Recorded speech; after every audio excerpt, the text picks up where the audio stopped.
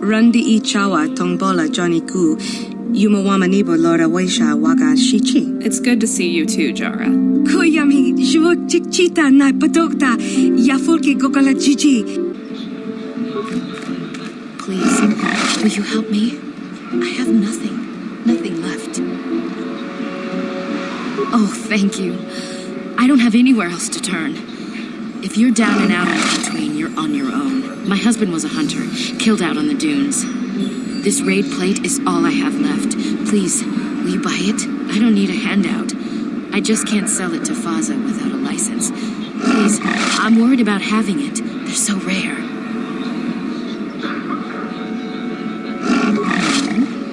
But you looked... I'm sorry, I thought you looked equipped like a hunter. Are you sure you're not going to be getting a license? I mean, you don't look like a farmer, and the only way to be allowed out of Anchorhead is to get a hunting license. Zerka Corporation sells them out of their office just south of here in the center of Anchorhead. That's where my husband got his. I think they charge 200 credits, but they've been known to make exceptions. Please, no one else will help. Will you buy it? I can't sell it myself. They're worth more than 500 credits. You will? Oh, thank you so much. Please, I know it's worth at least 500 credits. Thank you. I hope it is enough. You've been a great help. I appreciate it. My children will too. That was a good deed. I'm glad you stepped up to help. Whatever it means, may the Force be with you. You saved us. This just seems so unfair to the Banthas.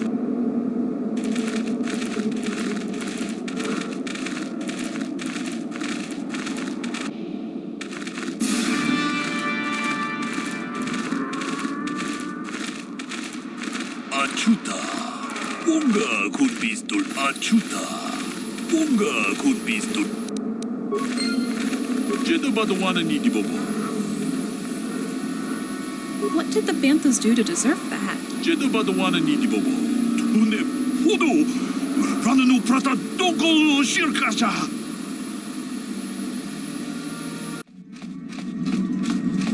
Why, if it isn't my second favorite Padawan? What do you need to know?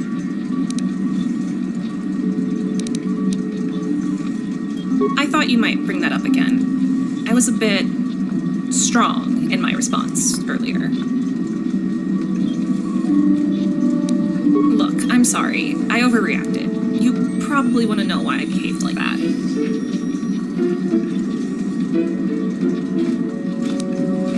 You have to understand something. My childhood was not like anyone else's. It makes talking about my parentage a hard thing for me sometimes.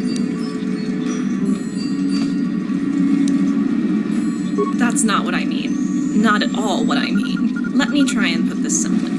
As you know, Jedi are no longer allowed to have families. And as you know, my mother is extremely important in the Order. So what happens when the Grand Master, the leader of the Jedi, the very being that represents the light side, has a daughter? The symbol of all the Jedi stand for has a glaring violation of Jedi beliefs. That daughter becomes the violation. My mother, as Grand Master, is practically immune to criticism. This isn't her own belief at all, of course. She would welcome dialogue with anyone who critiques her leadership. But it is a matter of respect. A Jedi does not show judgment of her master. But as the Jedi Order became more fundamentalist, it was harder to ignore the Grand Master's lapse of judgment. And so, during my childhood, my adolescence, even my young adulthood, I was despised. I was viewed as my mother's sin, a crime of passion. Let me be clear about something. I didn't ask to be born. My reason to exist should not be debated by elders, should not be regulated by senior officials I could never meet. It's disgusting. That's what it is. Disgusting. I loathe what's happened to the Jedi Order. Love, family, friends, these are not signs of weakness. They are our strength. I appreciate that. It's good to know I'm not alone. But remember, I am not my mother's sin. I love her, and I loved my father, and I loved Master Oleg. and I am as true to the Jedi way as anyone can be. I need to be alone for a while. I don't talk to many people about this topic. I don't talk to many people at all, in fact. But thank you, Padawan, for listening. I wasn't ready to talk earlier. I'm glad you were available to listen.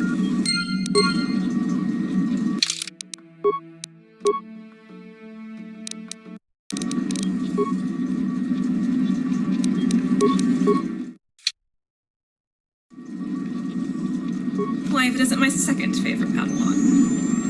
What do you need to know?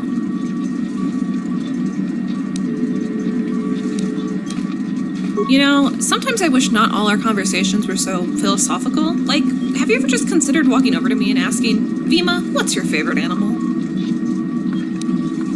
Banthas from Dantooine! I don't know, really. As far back as I can remember, I just knew I loved them. I had a stuffed toy bantha when I was a girl. It was a gift from my father.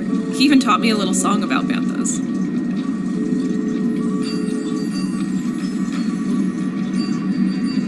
Ten little banthas walking in a line. One gets lost and now there are 9. It mostly just goes on like that for a while, counting down banthas all the way to one little bantha walking all alone. How will he ever find his way home? It's a little sad, actually. Okay, thank you for indulging my whimsical nature. What did you want to ask me about Jedi families?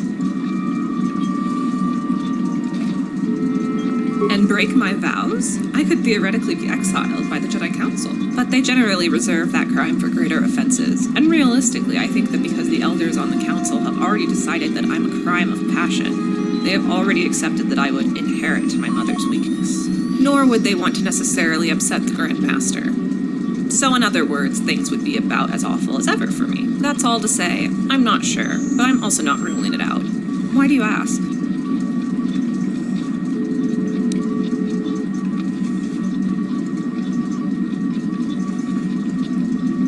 Oh, what does your ideal family look like? Oh, what does your ideal woman look like?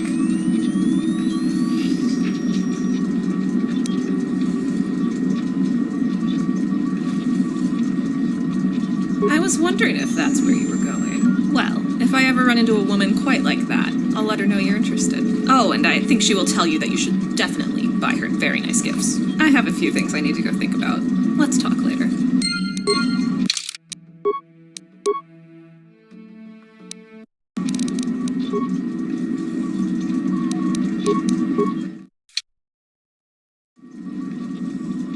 Why, if it isn't my second favorite Padawan? What do you need to know?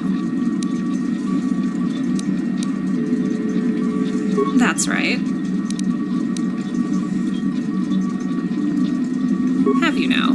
I hope you aren't having second thoughts, because this is what I decided on. I'm willing to go for this if you are. And you know I'm not afraid of breaking the rules. Everyone has expected me to find someone in the Order, and your mission is too important for anyone to really punish you.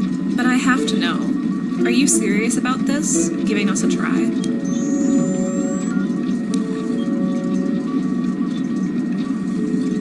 Good, because you're important to me too. And more than that, I want you to know that I don't see the point in taking this too slowly. When I was last on computer maintenance duty, I found some use of an old security override spike I made for a mission a few months back. And now it looks like the Hawk's security system will be malfunctioning. So the portside dormitory will be locked for the next 12 hours. I think we should go see to it that the door locks on us, shall we?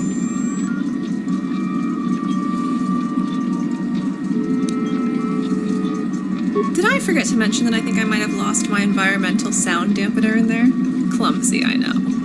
So, are we going or what? Then what are we waiting for?